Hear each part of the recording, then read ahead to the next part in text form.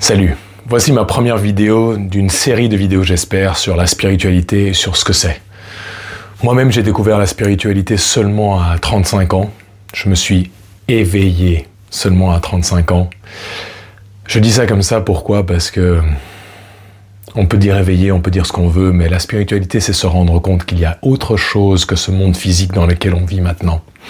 Et que cette chose ne peut que être perçue par les sensations que l'on a ou que l'on pourrait avoir dans notre corps.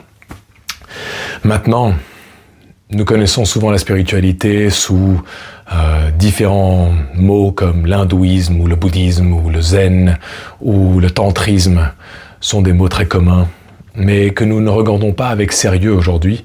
Pourquoi? Parce que dans l'Europe de l'Ouest, on nous a interdit de regarder ces choses avec sérieux. Pourquoi? Parce que dans l'Ouest prône la chrétienté, l'islam et le judaïsme. Mais ces trois religions-là nous ont imposé des croyances.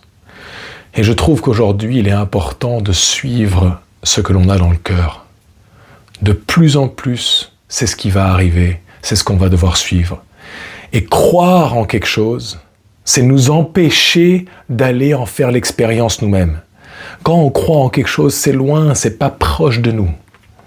Mais quand on fait l'expérience soi-même de cette spiritualité ou de cet esprit divin qui existe en nous tous, alors on peut dire que l'on commence à être spirituel.